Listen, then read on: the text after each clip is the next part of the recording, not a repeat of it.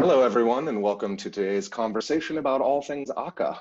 My name is Oliver White, Chief Storyteller at Lightbend, and joining me today are Helena Edelson, Johan Andrén, and Manuel Bernhardt, whom many of you probably know already.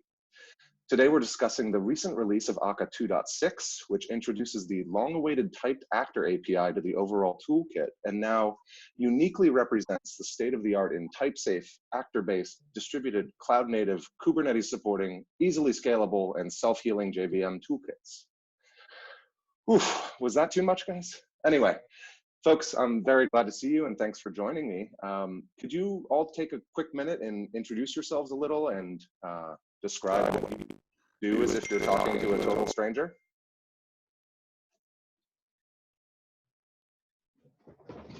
Johan, let's start with you. Yeah, so I work as a senior developer in the Akka team at Lightbend since the last 4 years or so. I'm kind of all over the place. I don't really have a speciality inside of Akka, so I do everything from streams to the distributed stuff to the actor APIs to Akka HTTP and yeah, basically everything. All things Akka. Okay. Yeah, and then I run Scala user group Stockholm together with a friend who also works close to the Akka team. All right. How many members do you have in your user group?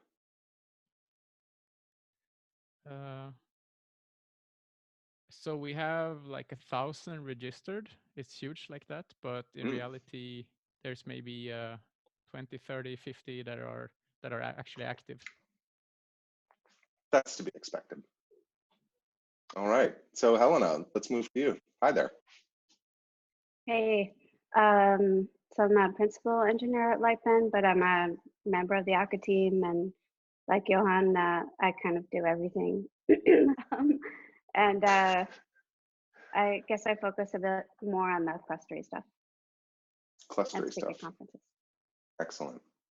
All right. And Manuel, you seem to have some silver mechanism pointing in your screen.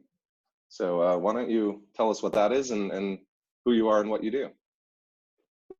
Older mechanism. Well, my name is Manuel Bernhardt. I work as an independent consultant for, it's going to be in 10 years, not too long actually. And I work with Akka for some time as well. Also that time range, maybe a bit less than that. And I wouldn't say that I specialize on anything, but I've spent a fair amount of time doing Akka Cluster related things. And most recently also playing with Raspberry Pi and Akka Cluster, although I've been doing this for years. So now it's just looking, we have something that looks fun here. Yeah, and my clients call me either before they start a project or move to production to do a check, or they call me after. So when they call me after, they're more stressed usually than when they call me before, because then it's mostly about extinguishing fires than you know, doing things in a cool and slow way. Yeah, that's pretty much what I do. All right. Well, thanks. So why don't we talk a little bit about the Akka 2.6 release and specifically Akka typed. It's a pretty big game changer, and I'm led to believe that it makes learning Akka a lot easier than before. Manuel, do you want to give us a quick opinion on that? Yeah, absolutely. So I'm both happy and not happy about Akka 2.6, because on one way I'm happy because it makes it easier to learn. It makes it harder to make mistakes. On the other hand, I had this whole series of anti-patterns of how you could not use Akka the wrong way, and they're all gone now. I can just retire the articles. I mean, you can still do the same thing with Akka Classic, and then you can use these anti-patterns if you want to, which you shouldn't. But with Akka typed, I would say that it got so much easier to just write a protocol, because it forces you to think about the protocol first, and then it also compiles it. And so you can't really do things like beginner mistakes, like sending a message to an actor that doesn't know what to do with it, not noticing that. And really the fact that you have to think about the protocol eliminates a host of design issues that I've seen in later stage Akka projects, where things have just grown, left, right, center by people who didn't necessarily have the background in distributed systems and in protocol design, and then the messages didn't make much sense. With Archetype, you do have to think about this beforehand. It's checked, so if you change your mind, then the compiler will help you through that. It's easier to maintain it, I think, which is a big thing in classic Akka classic projects, where you come back in the project years later and you want to change some things, and you're like, oh, wait a second, how does it work? Now you've got the compiler to help you along that road. So that's really, I think, the major thing with typed. That's my opinion. I don't know what you guys think. Yeah, Helena, Johan, go ahead. I'm here to listen now. I think echoing what Manuel said, but also, and I think it makes things easier in the sense of readability of the applications and modeling them, and therefore understanding them for people that are jumping in to work on it and down the road too, which is really important. So refactoring and maintaining them. And all of that ends up being easier in terms of time saving. The starting point is really more thing I could say, but yeah, Johan. So I'm not so sure. I think like the biggest thing that you have to learn, I'm not so sure it's easier to learn than the classic actors. Uh-oh. I think it's about the same, because I think that the biggest thing that you will have to get into is the actor model, and it's sort of a paradigm. So it's a bit like learning functional programming or object-oriented programming. It takes time to wrap your head around it and figure out how you can benefit from it, where it fits in. So I agree with Manuel and Helena that like the biggest thing is how it makes it possible to express what I want the actor to do with code rather than having to comment it.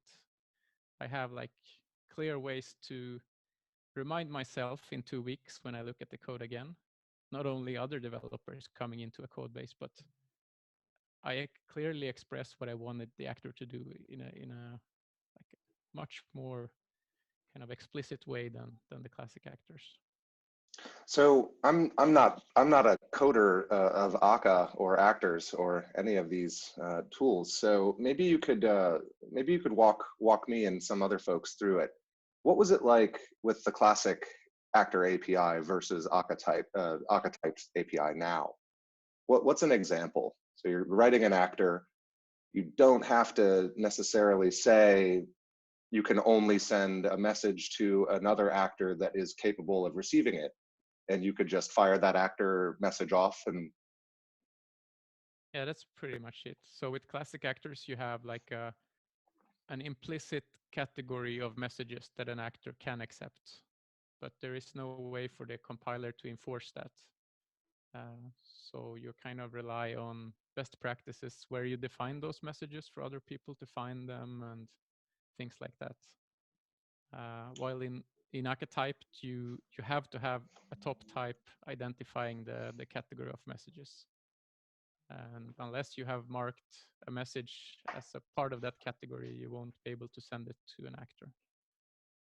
That's basically it, nutshell. mm-hmm. Yeah. I mean, I think before I used to kind of cheat and do a type on the actor class to make sure that, but there was nothing with the compiler that would enforce it. It would just be in the receive of the classic actor that saying anything of this type can be handled. But now it's just so much better, so much safer, and much more declarative. So what would happen? And I think also it's easier to see, like when I constructed actors before. Oh, sorry, Helena. We appear to have some latency here. Please continue. okay. It's all fun. When I constructed actors before, I would always put the API of the actor at the top, you know, have my vowels and whatever, but the API of the receive, and trying to keep that really neat so it was very clear what this actor did. And then, you know, any other processing functions down below, because I think that's important in terms of other developers coming to look at things and being able to see this is what this actor handles, sort of like the top level API of it. And now I think it's with typed, it's a lot clearer because it's more declarative to see what an actor does. There's kind of less of the actor boilerplate around it to get in the way of seeing that. So what would happen when an actor was sending a message into, let's say, the void? There was no other actor on the receiving end to carry that message or act upon it. Did we rely on the supervision hierarchy in Akka to just kind of handle an error in this case? And so people were somewhat protected from some sort of cascading failure scenario, or help me understand. So there's basically like two scenarios. One is still there, and that is that the actor stopped, went away, crashed permanently, but you still have a reference to it. And you don't know that it crashed. It might be on a different node in a cluster. It might be a local one, but you don't know if it crashed. And in that scenario, the message will still end up in dead letters, which is basically like the postal system dead letter office. But the other scenario, which is that the actor is alive, but it can't handle this kind of message. So with the classic actors, that will end up in like a catch-all. And you can configure classic Akka to log whenever you accidentally sent it something that it doesn't handle. But in general, there were scenarios where you wouldn't notice that, or you could end up sending something by mistake. In my experience, that was when I started learning Akka a long time ago. That was my main worry. Like, oh my God, it's gonna happen so often. But in reality, it doesn't really happen that often with classic actors either. So I still think that even though that is a nice benefit, like the biggest thing is the part about exploring and figuring out how things belongs together and what parts in a system talks to each other parts. That becomes so much more clear. Yeah, in classic, one thing that really bit me a few times was actors restarting without end and without me noticing, without logging. Maybe logging was not properly configured, or things were swallowed, and there is no way, you know, that was the default behavior in Akka Classic, or is it still the default behavior in Akka Classic? And with type, or with 2.6, I'm not sure if that's type. That's not in type specific. I would say it's just it just stops, which is a lot. You know, you see what's going on. Restarting without end is that bit me a few times, and I spent my fair share of time trying to wrap my head around what was happening. It was a fairly long time ago. Is that one of your anti-patterns? No, it's just a thing that could happen. You know, it's not an anti-pattern. It's just a thing that could happen, and it was annoying. Now it doesn't happen anymore. So it can still happen if you configure the actor to restart on crash, but it's not the default anymore. Which I think, to me, that's an improvement. It is the default for classic actors still, so that hasn't changed. Right, yeah, for classic one. Yeah, for classic, yeah. But was Oliver really asking about dead letters also? Where you send a message to an actor where it's not. Yeah, so you've got this dead letter limbo, and you get a line in your log. It's not limbo though. It's not limbo. So what happens?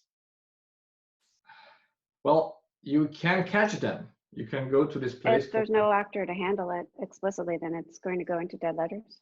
Yeah, and dead letters it's a place you can look into if you want to. I've not seen many projects do that, though. There was one project they had this message hospital, they called it. So you could see there was a UI where you could see all the messages that were dead, and you could act upon them. They were fairly important messages. So pretty sure we have that functionality at Lightbend with telemetry. So that's good news. Yeah, but it's really easy to reroute those, and you can do many different things with what goes into dead letters. It's not just like a vacuum they all disappear into. Well, that's good to know. I had a feeling there was some intelligent solution around this. I think in general, it's not really a problem that messages ends up there. Just like in the real postal system, someone died. Where's the mail gonna go? They don't exist anymore. It's more a way of dealing with that fact. Yeah. I can tell it's already been a long winter in Sweden, Johan. Stay safe up there, you know. Maybe I would have suggested maybe somebody moved away, and but no, in a way, your analogy is probably more accurate, because actors come and go. They have that nice ephemeral nature.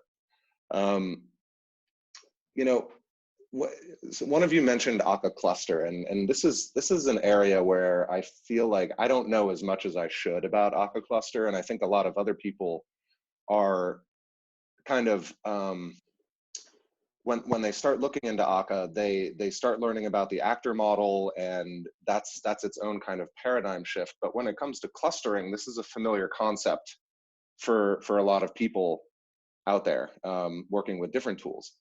And I wanted to discuss Akka Cluster and kind of how that works with like kind of how that why using Akka Cluster really represents kind of a leap forward in terms of what you're trying to do with your system.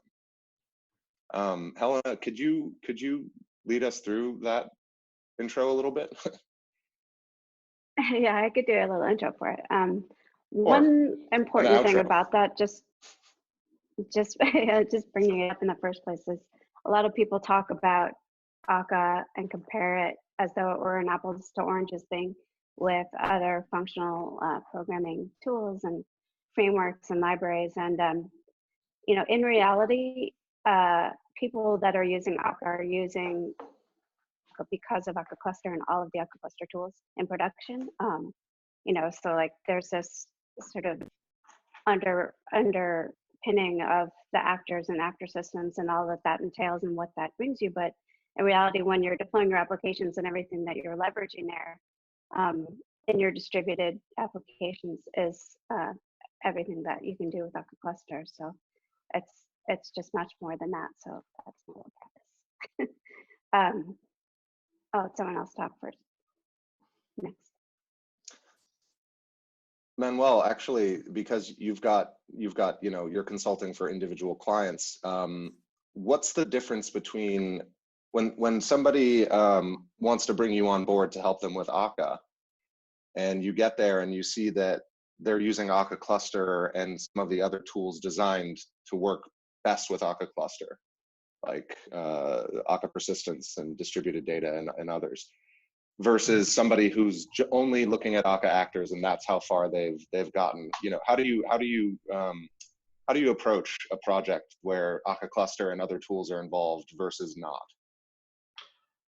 I would say, I mean, most of my clients are using Akka Cluster. I think I've had a few maybe that were just using Akka, but it was fairly small, short-lived projects. The bulk of the clients, they use it because I mean, it's like there is two reasons why you would want to go into distributed systems.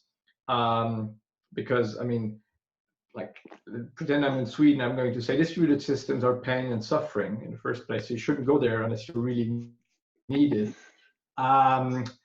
But there is two reasons. The first one is you have so many things to do that you can't fit it on one machine anymore. You can't scale it vertically anymore. You're going to run out of memory, out of processing power, out of networking resources, or they both go hand in hand. In fact, you want to make sure that your system will survive if one of the computers crashes. That's why you want to use distributed systems.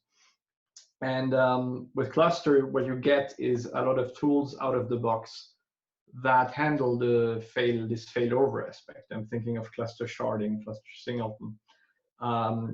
These are primitives that you can build upon. You build your application on top of these primitives, and then in case of a failure, Akka is taking care of things failing over and your application continuing to run.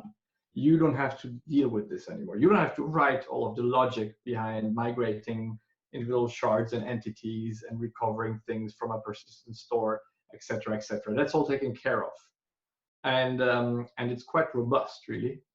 So that's I think mainly what my clients do is they want something that they can run and have the peace of mind that it will continue running even if the data center has a problem, even if they're doing a rolling update, etc., etc. And also, I think what differentiates Akka from other clustering technologies out there is there is a really strong focus on latency and throughput in the terms of, and I would say especially latency. If you look at what we have out there in terms of clustering, the focus is not so much on latency. And with Akka, you can really go and do low latency and predictable latency, which in some cases is really important. I'm thinking financial services or anything that has an SLA. Really, you can build an application and say, okay, this is what my response times have to look like, and I'm going to use Akka for that, and I will build it this in this way. I will make sure I configure it correctly, and then you can get to levels where you've got a really good latency and a predictable one. So yeah, that's what my take on Akka Cluster would be. I can add to that a bit that wasn't mentioned too. Well, that was really good. One thing I really like before using Akka team, being on the Akka team, I was using Akka Cluster for at least 8 years, I think. And what I really liked about it was how easy it was for me to build in awareness and intelligence into everything I was deploying to the nodes. Like Akka Cluster has a built-in membership service, and just being able to leverage what was going on more. And I guess this also gets back into actors themselves, the way we have supervision strategies that are very easily configurable and things like that. Just the whole, life cycle and up and down of nodes and actors on the nodes and how everything communicates, and sort of the layers of awareness that don't have to do with the business logic. So in terms of sort of if you're a cloud engineer or dealing with infrastructure and things like that, it's really pretty sweet to use in that sense, because it has all that kind of baked in that you can very easily access and customize. Cool. When it comes to deploying an Akka app, there's actually a lot of different options for people nowadays. Obviously, Kubernetes is seeing a huge spike in popularity and awareness, but I keep reading things like there were 2,000 people in the audience of the Kubernetes talk, and only 6 of them are using it in production. So this is the sort of the vibe that I'm seeing around. So Johan, I think at least until the last couple years, most people have been deploying Akka and Akka Cluster to on-prem or kind of private cloud environments. Is that accurate, or am I misunderstanding? Where are people mostly, in your experience, putting their Akka system and letting it purr away? I don't have a good feel for like the majority of users doing it in one way or another. I mean, there's on-prem on actual physical hardware. There is virtualization. There is people running it on different cloud platforms. Yeah, I have a hard time saying like this is the most common or this is how people used to do it.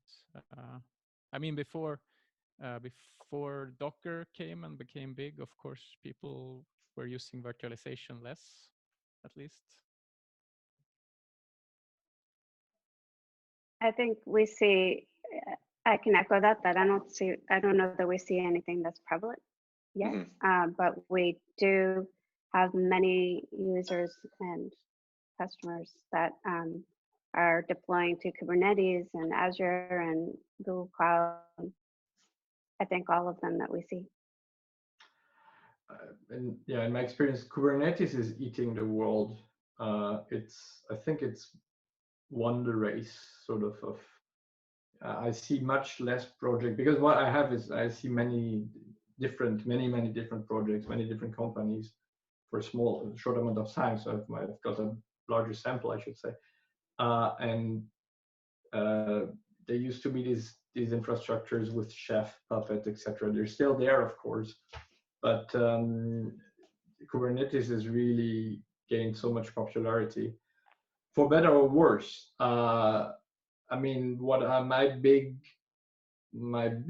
pain point, or should I say, my big chagrin about Kubernetes is people don't know or realize what's below it, and then you deploy your Akka application with your 64 threads and whatever, and you give it a thing with a 1 vCPU node or something. So suddenly your threads are contending for this vCPU, which in reality is just a hyperthread of a thing. So the whole thing is really slow, and you're like, "Whoa, this is supposed to be fast." No, it's not going to be fast. You don't know what you're doing. You're deploying it on something that it shouldn't be deployed. So, and this is something I see more and more. And I'm starting to think whether this is not going to be a few years of really going a few steps backwards before we start realizing, people learning and realizing again, oh, there's hardware below this. We have to think about what's happening. But yeah, definitely Kubernetes is is a trend that's gonna stay around.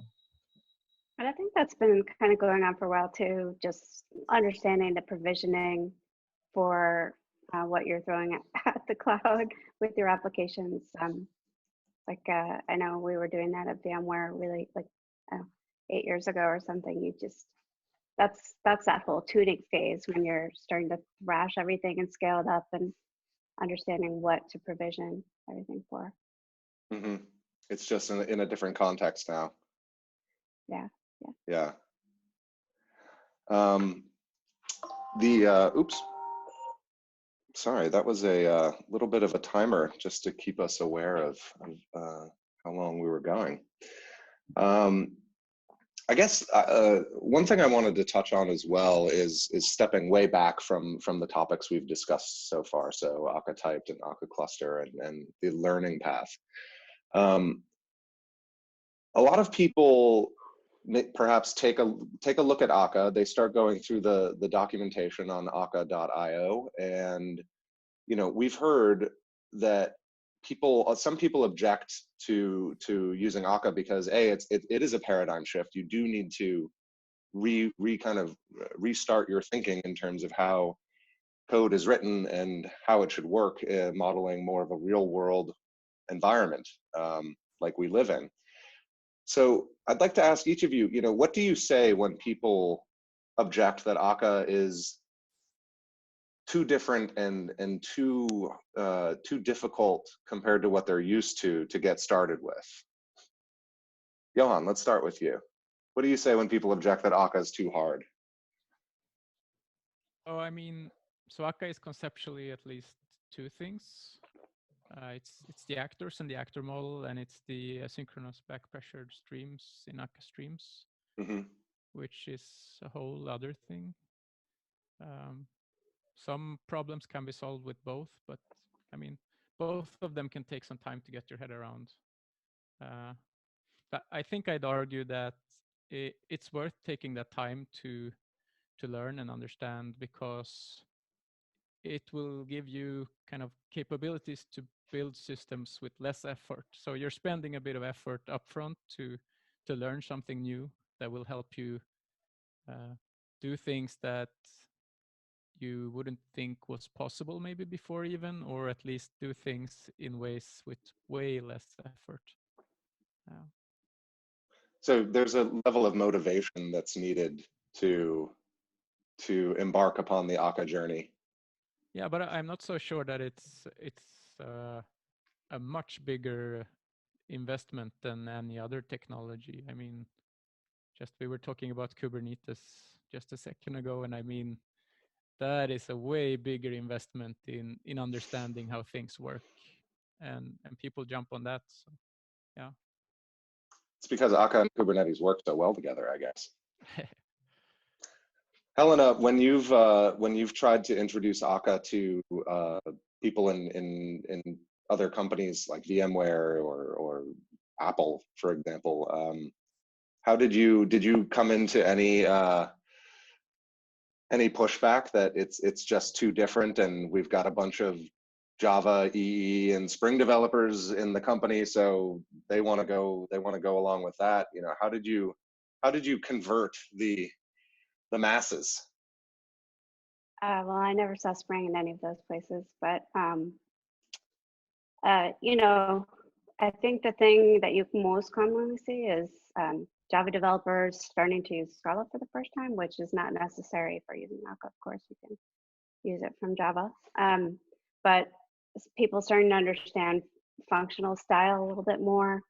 I think people starting to think about designing better.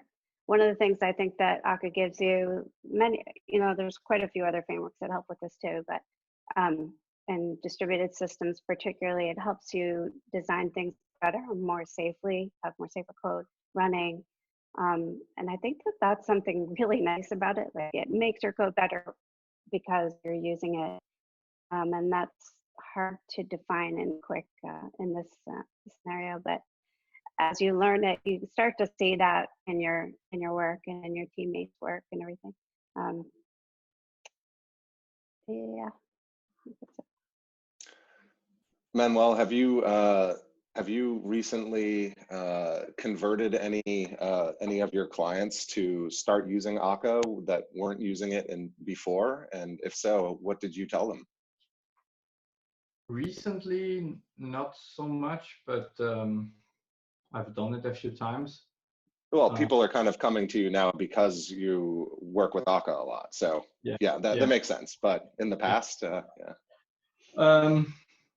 I would say, when you say, hey, it's hard to learn Akka, I mean, my answer would be, I think it's harder if you don't learn Akka and do it with, whatever REST calls, or try to build systems or distributed systems or scale systems when you're using other paradigms that that are not necessarily designed for that. I've seen so many systems built on REST calls between systems, just synchronous calls or even asynchronous calls back and forth, but it's a tremendous amount of effort to keep these things afloat. And then there's this one part of the system that goes away, and then the rest doesn't know what to do anymore. You have to start building again all the things that are already there and that are provided with Akka, because it builds on top of the actor model, and all of that aspect is just taken care of. I would agree with Johan. Akka is just another technology that any kind of technology needs to be learned, and I wouldn't say that the learning curve is that big. I remember one client, they had a corporate decision already made on executive, like C-level, that they will use another technology, and I came in and demoed Akka Cluster using Raspberry Pis actually, and they liked it so much, and they liked the fact that the prototype was so small in terms of lines of code I had to write to show the functionality that was necessary to show, that they went with Akka in the end, even though there was already like this political decision made. So it wasn't the size of the Raspberry Pi. It wasn't the size of the Raspberry Pi, even though they could have run their whole thing on these 3 machines, but let's not get into that.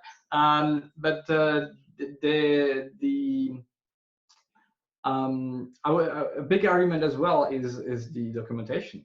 If you look at the Akka documentation, the quality is just astounding. I mean, it's if you look at other projects and you compare with Akka, has a very, very high standard in terms of documentation. You don't find that so often. So that makes it very easy to learn, I would say. You can always look and find examples. And so, yeah. Well, we should say thank you to Helena and Johan then. Yeah. And you're contributing to the Akka documentation, right? I'm just referring to it. Well, that should change. Yeah. Well, just one final question, and this is actually stolen from the Sam Harris podcast, of which I'm a fan. If the technology to recreate the T-Rex or King Raptor or whatever was made available, would you vote to do it? Johan? I mean, I do love the Jurassic Park, the original Jurassic Park movie. So maybe just because of that, I would do it. All right. Helena? Oops. Helena disappeared from view. The T-Rex took her. The T-Rex. Yeah. Helena, are you with us? Well, Manuel, would you? Oh, I mean, oh, there you go. You're back. I thought you just wanted to get out of answering the T-Rex question.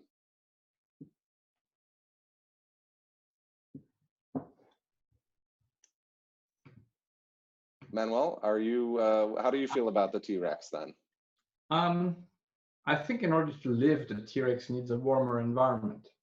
But I also think we're not too far from a warmer environment, so I would go for that. Yeah. Okay. Well, it looks like Helena's having a little bit of a connection issue. That's cool. Hello, Helena. Can you hear us?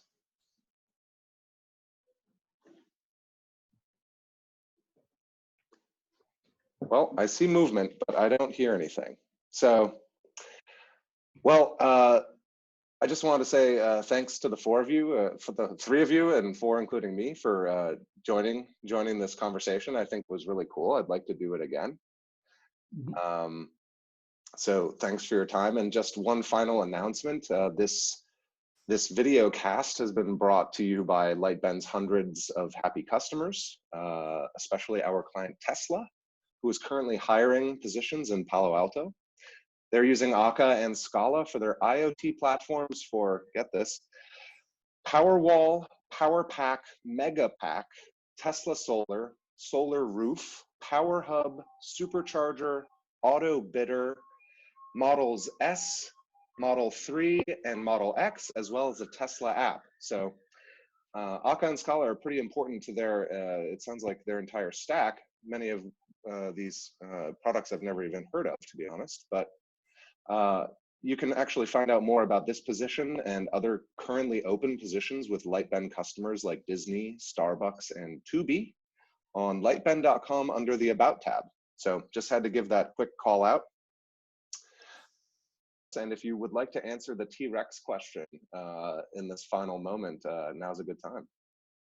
I actually didn't hear it because Zoom was thrashing. Oh, the question was, if the technology was made available to recreate the T-Rex, would you vote to do it? And this is from the Sam Harris podcast, which I'm stealing it from. You know, in a genetically controlled environment, maybe. I don't know. I would say heavily fortified steel environment, perhaps, but yeah. That doesn't help. That doesn't help. They escape anyway. Yeah, they can escape. So Manuel kind of gives it a thumbs up, but only because of global warming. Yes. Helena says in a highly controlled environment, and Johan's like, hey, why not? I like Jurassic Park. I love the response. I would personally vote for it. And you know what? We deserve what we get. if that guy breaks out. So thanks to everyone for listening to this slightly inane conversation, but it was really great to talk with all of you, and I hope you enjoyed this. And let's see what we can do for next time. Thanks, Oliver. Thanks, you guys. Thank you. Thanks. See you later.